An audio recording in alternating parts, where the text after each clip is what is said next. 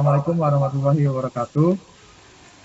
Perkenalkan, kami dari kelompok 7 yang beranggotakan saya Muhammad Syafirus dengan NIM F1E325021. Saya Rizky Alia Ramadhani dengan NIM F1E325030. Saya Sebastian Muhtadi dengan NIM F1E32553.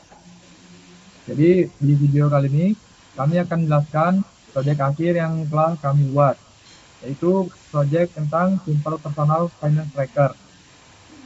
Jadi program ini kami buat menggunakan bahasa pemrograman Python untuk memenuhi tugas akhir mata kuliah pengenalan pemrograman. Jadi program ini membantu untuk mencatat pemasukan dan pengeluaran, sekaligus membantu pengguna melihat kondisi keuangannya. Jadi gambaran umum tentang program yang telah kami buat ini yaitu di program ini dibuat dalam satu file Python yang bernama Finance Tracker dan dijalankan lewat terminal. Semua data transaksi disimpan dalam file CSV dan datanya tetap ada walaupun programnya ditutup. Fitur-fitur di dalam program ini sudah disesuaikan dengan ketentuan proyek akhir yang diberikan. Baik, jadi langsung saja ke programnya.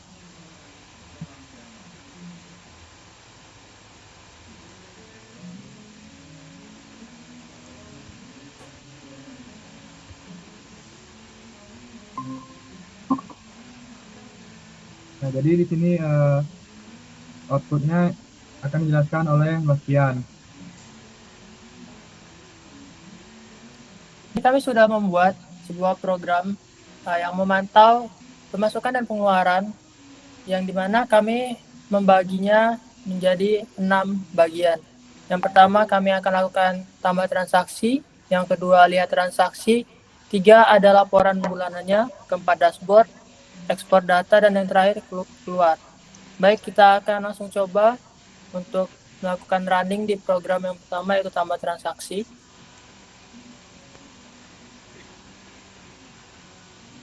Di sini kita akan menginput tanggal, bulan, dan tahun. Harus sesuai.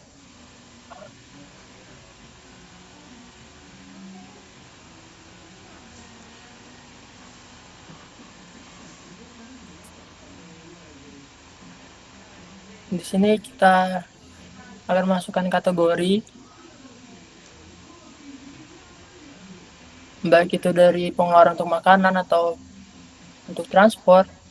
Lalu ada berupa keterangan supaya kita tidak lupa dengan tujuan apa kita melakukan pengeluaran tersebut.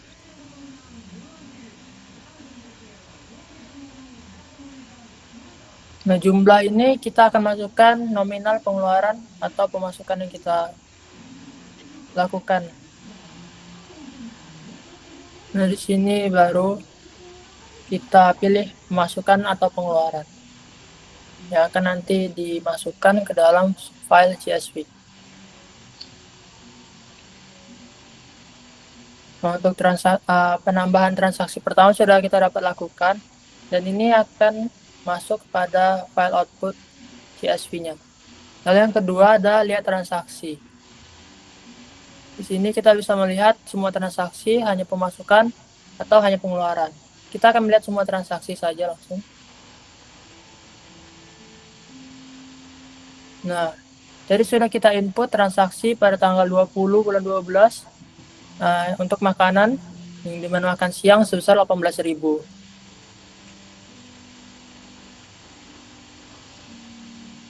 Lalu ada yang ketiga, laporan bulanan. Itu adalah semua data yang sudah kita masukkan, kita kumpulkan dalam satu file CSV dari bulan-bulan yang kita lihat. Lalu yang terakhir dashboard, itu yang sudah kita lihat sekarang. Ekspor data juga tidak berbeda jauh dengan laporan bulanan. Dan yang terakhir keluar, jika kita sudah selesai melakukan running program. Nah, adapun dari program untuk menyusun dan menjalankan Simple Personal Tracker ini akan kita jelaskan, dan yang pertama akan dijelaskan oleh teman saya, Virus, pada program yang pertama ini, dan alur dari rangka-rangkanya. Baik, jadi di sini kami menggunakan beberapa fungsi kode yang pertama import PHP, kemudian ada import OS, kemudian untuk import datetime atau import tanggal, kemudian di sini ada konstanta. Jadi di sini file transaksi ini akan disimpan menjadi transaksi.csv, menjadi file dengan format CSV. Kemudian ada untuk laporan bulanan juga sama dengan format CSV. Kemudian di sini ada format tanggal, kategori, keterangan, jumlah, dan jenis. Kemudian di sini ada kode program untuk fungsi untuk format mata uang.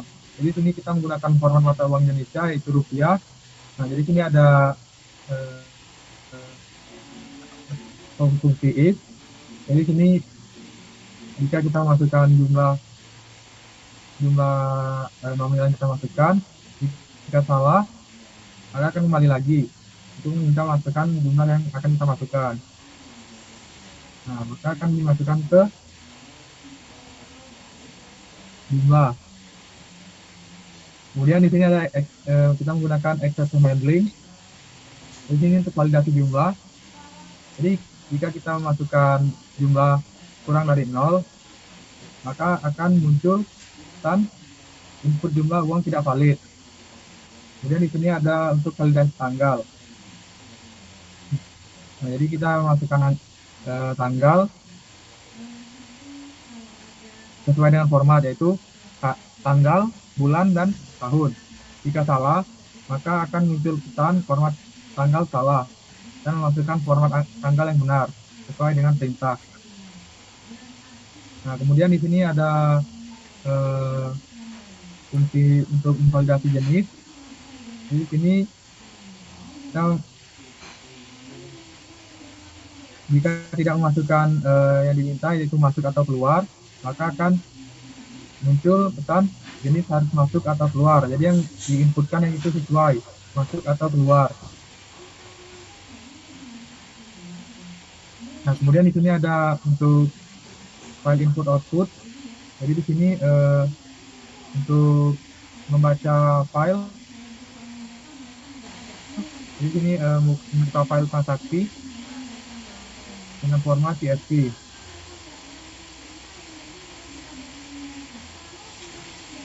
Kemudian jika file tidak ditemukan, maka di sini akan menulis file baru. Jadi jika file tidak ditemukan yang dengan nama file transaksi, maka akan membuat file baru dan diberitahu dengan pesan file transaksi belum ada, file baru telah dibuat. Kemudian dan yang kedua yaitu jika format CSV-nya error, maka akan muncul CSV format error. Kemudian struktur file tidak sesuai.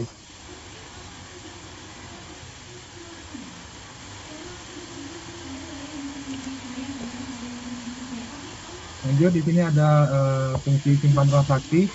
Jadi di sini menulis file dengan format CSV menggunakan date writer. Baik, selanjutnya di sini ada bagian transaksi. Jadi di sini akan dijelaskan oleh saudara Bastian. Baik, kita akan masuk ke dev fungsi dari input transaksi. Di sini logikanya kita akan diminta 5 input dari tanggal, keterangan, kategori, jumlah, dan jenis. Jadi setelah kita inputkan 5 variabel ini, nanti dia akan return dan disimpan dalam bentuk file dictionary. Nah, lalu setelah itu masuk ke fungsi tambah transaksinya. Nah, di sini dia bakal nyimpan kayak seperti sebuah petugas arsip nanti supaya proses penyimpanan itu berjalan secara aman. Jadi logikanya itu dia memanggil fungsi input dari transaksi untuk mendapatkan sebuah data baru. Jadi dia membaca buku catatan yang load transaksi tadi, lalu mendapatkan data baru ke dalam daftar. Di sini dia append ya, menyimpan. Jadi lalu dia menyimpan kembali seluruh daftar ke dalam satu file dan diamankan dengan try dan exception handling, sehingga meminimalisir jadi jika terjadi error dari inputan user. Nah, yang ketiga, menampilkan laporan. Nah, di sini yang pertama kita akan melakukan cek data dulu. Jika kosong, dia bakal melaporkan data ini belum ada.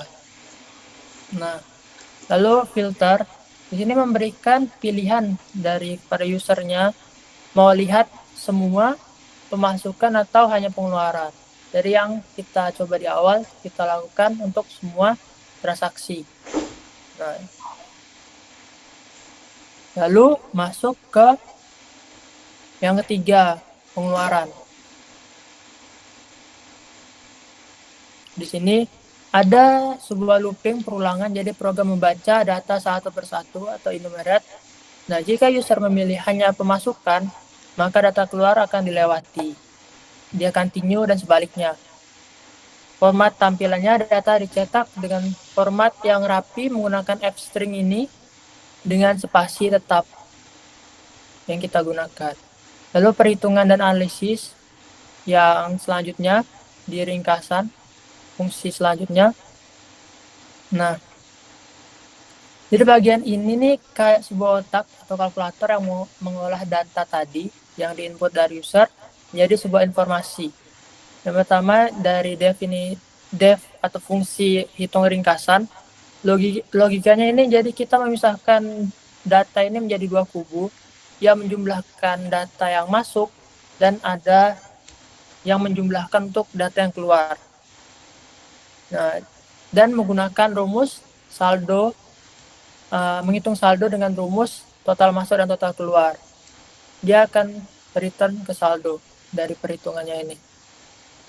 Lalu yang kedua, dari fungsi hitung saving rate, di sini kita menggunakan perhitungan dari total uang yang masuk dikurang total uang keluar dikalikan 100. Lalu yang ketiga yaitu fungsi perhitungan dari presentasi kategorinya. Jadi ini kayak menjawab uangku paling banyak dihabiskan buat apa.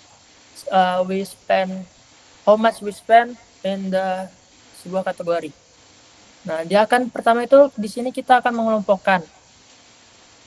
Nah, di sini kita mengelompokkan data yang keluar lalu dijumlahkan berdasarkan kategorinya. Tadi kan yang pertama diinput oleh teman saya virus itu data untuk pengeluaran makanan. Nah, mungkin nanti ada sebuah data yang kita inputkan untuk pengeluaran bensin, pengeluaran belanja harian. Nah, itu nanti akan diperhitungkan mana yang paling dominan untuk dikeluarkan pada satu bulan itu.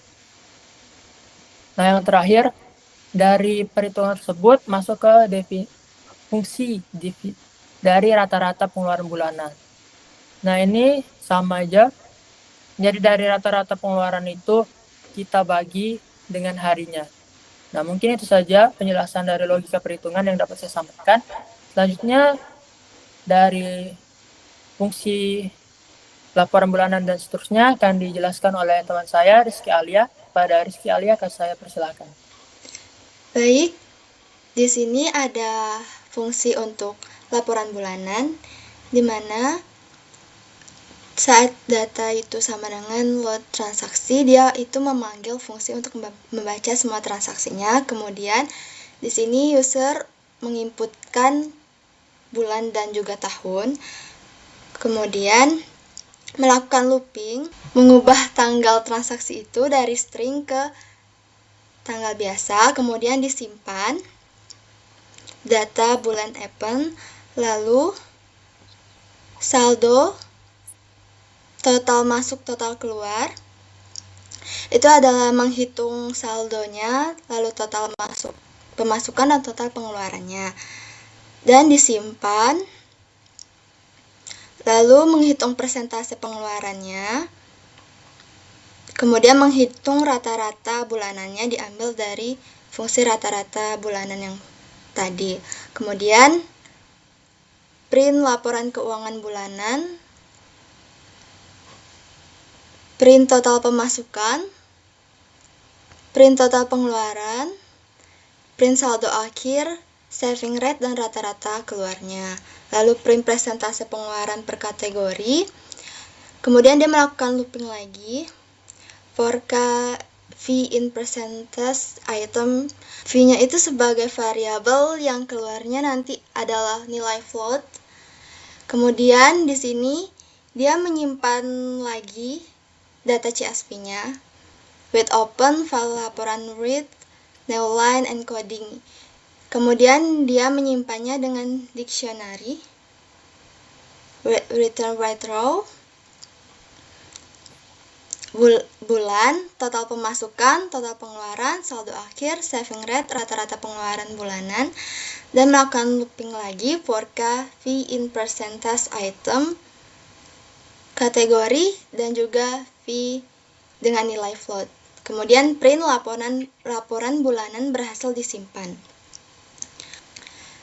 Kemudian di sini ada fungsi dashboard di mana dia akan membaca transaksinya dan dia mengambil 5 transaksi terakhir.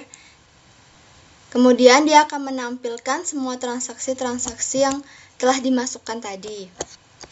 Lalu di sini ada percabangan di mana if transaksi terakhir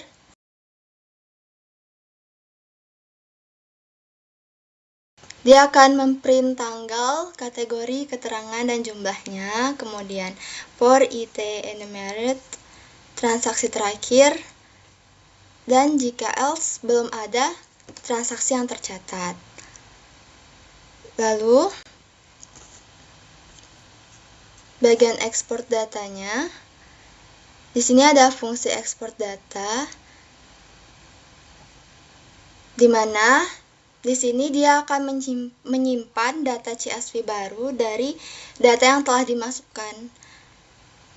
Dia akan menyimpan dengan tanggal yang dimasukkan sesuai itu menggunakan date time, string time, year, month, dan day. Karena dia menulis dengan CSV, jadi dia memakai program with open, name file, write, new line, encoding UTF-8 as file. Lalu print data berhasil diekspor ke nama file yang sudah dibuat ini, nama file di atas tadi, f-export transaksi. Lalu untuk menunya, ini adalah menu utama untuk memanggil fungsi-fungsi yang telah kita buat tadi. Jadi di sini ada fungsi main menu, kita menggunakan while true. Lalu di sini menu kita adalah menu 1 itu tambah transaksi, menu 2 lihat transaksi, menu 3 laporan bulanan, menu 4 dashboard, menu 5 ekspor data, menu 6 itu keluar. Lalu di sini user menginputkan menu yang mana yang ingin dipilih. Lalu di sini ada percabangan, if jika kita memilih 1, dia akan memanggil fungsi tambah transaksi. Lalu elif memilih 2, dia akan memanggil tampilkan transaksi. Lalu elif memilih nomor 3, dia akan memanggil fungsi laporan bulanan. Lalu elif pilihan 4, dia akan memanggil fungsi dashboard. Lalu elif pilihan 5, dia memanggil ekspor data. Lalu elif pilihan 6, mengeluarkan output program selesai. Lalu break. Kemudian else, outputnya yaitu pilihan menu tidak valid ketika user menginputkan nomor menu yang tidak ada. Lalu di sini ada memanggil program utama, karena kita hanya menggunakan satu file, dijadikan satu untuk membuat fungsi dan untuk memanggil fungsinya, maka di sini kita perlu program utama untuk memanggilnya. Jadi sini if name, main, dan try main menu. Kemudian di sini ada escape keyboard interrupt, di mana ketika kita mengetik Ctrl C, program itu akan terhenti. Oke, mungkin cukup sekian penjelasan dari kami. Dan kami kembalikan pada moderator, teman saya Virus. Kepada Virus kami persilakan sebagai penutupan.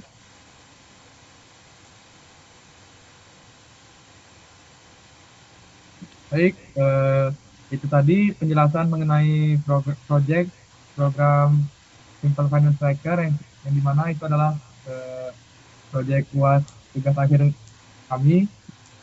Kami dari kelompok 7, mohon maaf jika ada salah kata atau ucapan. Kami akhiri. Wassalamualaikum warahmatullahi wabarakatuh.